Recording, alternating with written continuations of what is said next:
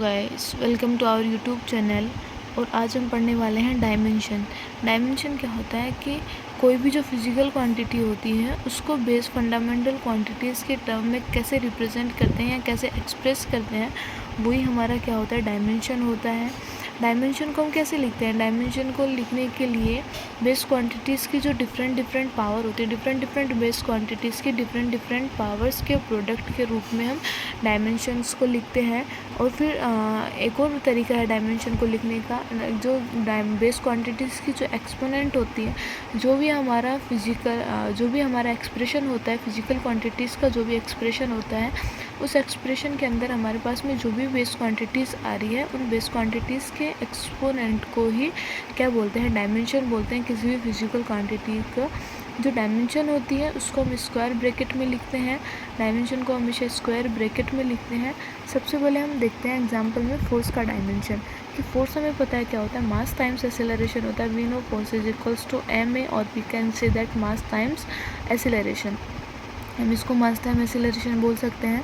सो जो मास होता है हमारा, मास टाइम एक्सेलरेशन बोल सकते हैं हम इसको। सो मास इंटू, हमें पता है एक्सेलरेशन क्या होता है, velocity upon time. So mass into velocity upon time. Again we know what is velocity, velocity is length upon time, metre per second.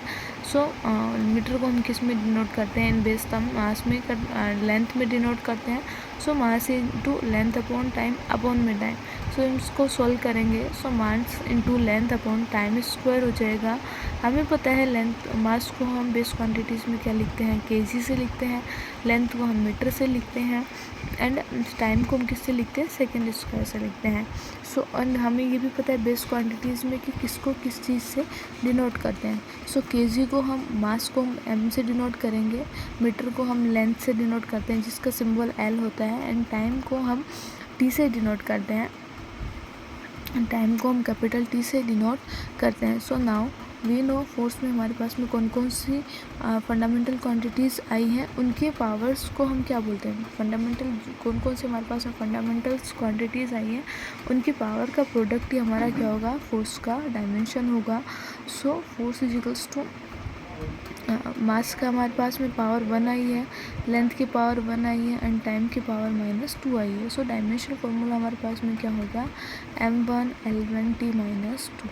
And हम इसको ऐसे भी बोल सकते हैं कि dimensional formula of force is ml t -2। And second thing हम इसको ऐसे भी बोल सकते हैं कि जो डायमेंशन ऑफ फोर्स होता है, 1 इन मास, 1 in length, and -2 in time. So guys, सबसे इम्पोर्टेंट हमारा ये है कि वो डायमेंशन क्या होता है। सो डायमेंशन कोई भी फिजिकल क्वांटिटीज़ को बेस क्वांटिटीज़ के टर्म्स में डिस्क्राइब करना डायमेंशन होता है। सेकंड थिंग कि जो base quantities, different base quantities की जो डिफरेंट पावर होती है, उनका प्रोडक्ट ही हमारा डायमेंशन होता है। एंड थर्ड थिंग कि जो हमारे फिजिकल क्वांटिटीज़ के एक्सप्रेशन में जो भी टर्म, फिजिकल क्वांटिटीज़ के एक्सप्रेशन में जो भी पावर्स आ रही हैं, जो भी एक्सपोनेंट आ रहा है बेस क्वांटिटी का, या फिर फिजिकल हमारे पास में जो भी फिजिकल क्वांटिटीज़ है, उसके जो एक्सप्रेशन में बेस क्वांटिटी की जो भी पावर्स आ रही है, उन सब का प्रोडक्ट या उन सब को एक साथ लिख देना ही हमारा क्या होता है,